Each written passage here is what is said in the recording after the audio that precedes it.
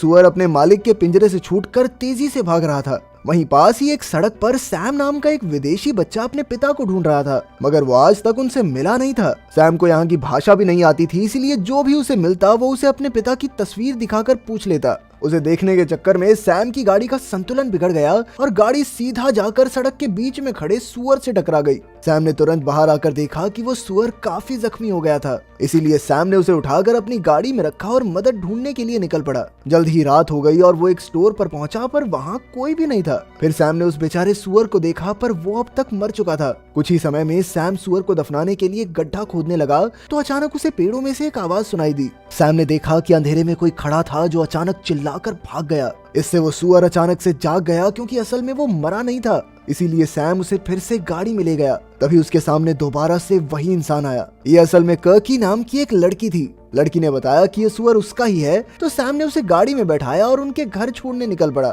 घर पहुंचकर कर्के ने सैम को कुछ खाने पीने को दिया और फिर उसे वहीं पर रात गुजारने को कहा। जल्द ही सैम कपड़े उतार कर सो गया और कर्के ने घर से बाहर निकलकर आसमान को देखा और कहा शुक्रिया। कुछ घंटों बाद जब सैम की आंख खुली तो उसके सामने कर्के का पिता गुस्ताव और जैनेक्स नाम का एक लड़का खड़ा था।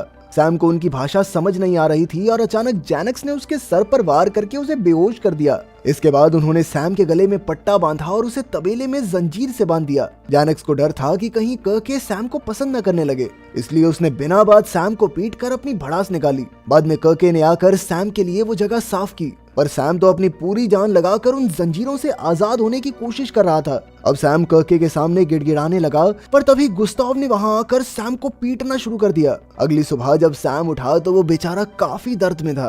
फिर कर्के और गुस्ताव उसके लिए 2 बाल्टियां लाए। एक में उसके लिए झूठा खाना था और दूसरों में सुअरों का खाना। कर्के ने सैम को सुअरों को खाना खिलाने को कहा, जिसके बदले में उसे ढंग का खाना मिलेगा, वरना गुस्ताव उसे फिर से पीटना शुरू कर देगा। तब सैम ने गुस्से में बाल्टी फेंक दी और कहा कि मैं तुम्हारा पालतू सुअर हरगिज नहीं बनूंगा। गुस्ताव उसे मारने दौड़ा, पर कर्के ने उसे रोकते हुए कहा कि ये भूखा रहकर खुद ही सीख जाएगा। शाम को उन्होंने सैम के लिए खाना रखा, लेकिन वो उसकी पहुंच से बहुत दूर था। सैम ने उसे पैर से खींचने की कोशिश की, पर अचानक एक सुअर आकर सारा खाना खा गया। फिर अगले दिन वहां मार्क और विलियम नाम के 2 आदमी आए और बेचारे सैम ने उनसे मदद मांगने की कोशिश की, पर वो तो गुस्ताव से कहने लगे कि वो सैम को खरीदना चाहते हैं। तभी जैनेक्स ने आकर गुस्ताव को ऐसा करने से रोका, क्योंकि अगर सैम चला गया तो उसे खुद गुलाम बनकर रहना होगा। असल में जैनेक्स मार्क का बेटा था और विलियम उसका चाचा, लेकिन वो उसे एकदम गुलामों की तरह रखते थे। आखिरकार गुस्ताव ने उसकी बात मान ली और सैम को बेचने से इनकार कर दिया। फिर रात को जैनेक्स ने आकर सैम की बेड़ियां काटी और उसे आजाद कर दिया,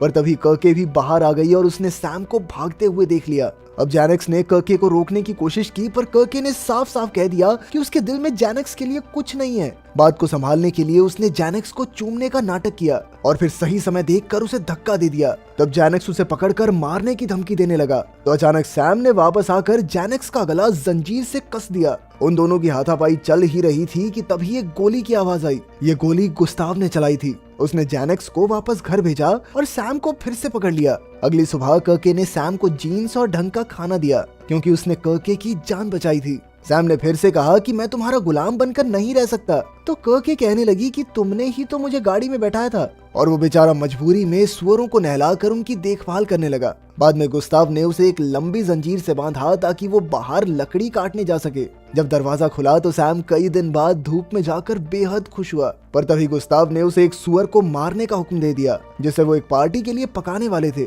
मगर सैम किसी को मारने के बारे में सोच भी नहीं सकता था, इसीलिए आखिर में गुस्ताव को ही उस सुअर को मारना पड़ा। खैर कुछ देर बाद वही सुअर सैम के पास आया जिसकी उसने जान बचाई थी, और वो सुअर उसे मम्मी मम्मी कह के बुलाने लगा। इससे बेचारा सैम इतना डर गया कि उसकी तबीयत ही खराब हो गई। फिर अगले दिन कर्के ने सैम को खुद नहलाया और समझाया कि पार्टी के दिन गुस्ताव उसे पूरे परिवार के सामने दिखाकर अपनी धौंस जमाएगा, इसीलिए सैम को साफ सुथरा दिखना होगा। इसके बाद उसे कपड़े पहनाकर टेबल पर ले जाया गया जहाँ सभी लोग खाना खा रहे थे। सैम को बाकी सबके साथ खाने पीने की इजाजत थी, लेकिन हर वक्त उसके गले में जंजीर बंधी रहती। वहीं दूसरी ओर जैनेक्स को एक गंदे कुत्ते की तरह दूर कहीं बैठा दिया गया। खैर खाने के बाद सब नाचने गाने लगे तो कर्के ने सैम को डांस के लिए बुलाया। उन्हें देखकर तो जैनेक्स की और जल गई। तभी मार्क और विलियम जैनेक्स को बचा खुचा खाना डालने आए, तो जैनेक्स ने कहा कि वो कर्के से शादी करना चाहता है और इसके बदले उन तीनों को वो तबेला भी मिल जाएगा। मगर मार्क और विलियम ने उसे धुतकारते हुए कहा कि तू बस एक कुत्ता है, समझा।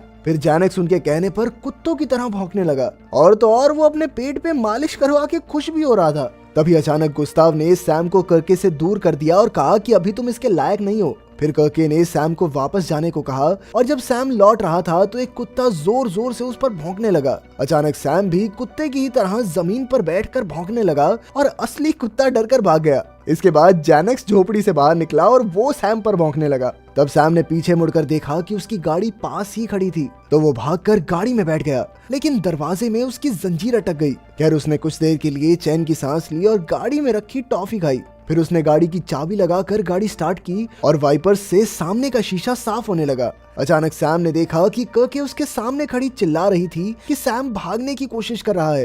तभी उसके पूरे परिवार ने सैम पर हमला बोल दिया और उसे खींचकर तबेले में ले आए। सैम ने उन्हें समझाने की कोशिश की कि भाई मैं भागने की कोशिश नहीं कर रहा था, ये जंजीर बंधी हुई है, कैसे भागूंगा। पर उनमें से किसी ने उसकी एक न सुनी और गुस्ताव उसे सबके सामने कुत्तों की तरह पीटने लगा। बेचारा सैम पूरी रात दर्द से करहाता रहा।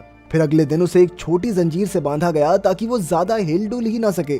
बाहर जैनेक्स और एक लड़का कुछ सुअरों को ट्रक में भर रहे थे। कुछ देर बाद वही सुअर फिर से सैम के पास आया। सैम ने उसे दूर जाने को कहा, पर जल्द ही सुअर ने उसे कुछ औजार ला कर दिए और उनकी मदद से सैम एक बार फिर से भाग निकला। वो चुपके से उस ट्रक में छुप गया और वो सुअर भी सैम के साथ ही आ गया। पर कुछ ही समय में ट्रक का टायर फट जाने की वजह से वो पलट गया। जैसे तैसे जैनेक्स खिड़की से बाहर निकला और उसने देखा कि सैम और बाकी के सुअर तेजी से भाग रहे थे। उधर तबेले में जब कर्के को सैम के भागने की खबर मिली तो वो फूट फूट कर रोने लगी। तो गुस्ताव तुरंत ही सैम को ढूंढने निकल गया। वहीं सैम जंगल में पूरी तेजी से दौड़ रहा था, लेकिन फिर वो अचानक से गड्ढे में गिरकर बेहोश हो गया। फिर रात को उसकी आंख खुली तो उसने गड्ढे से बाहर निकलने की खूब कोशिश की, लेकिन कोई फायदा नहीं हुआ। आखिरकार वो बेचारा निराश होकर रोने लगा। फिर अगली सुबह अचानक गड्ढे में एक रस्सी आई तो सैम ने देखा कि वही सुअर उसे बचाने आया था। जल्द ही सैम रस्सी की मदद से बाहर आ गया और फिर सुअर ने उसे जंजीरें खोलने में भी मदद की। तभी चारों ओर से बाकी के सुअर भी उनके पास आ गए तो सैम ने उन्हें अपने साथ लेकर आगे बढ़ने का फैसला किया।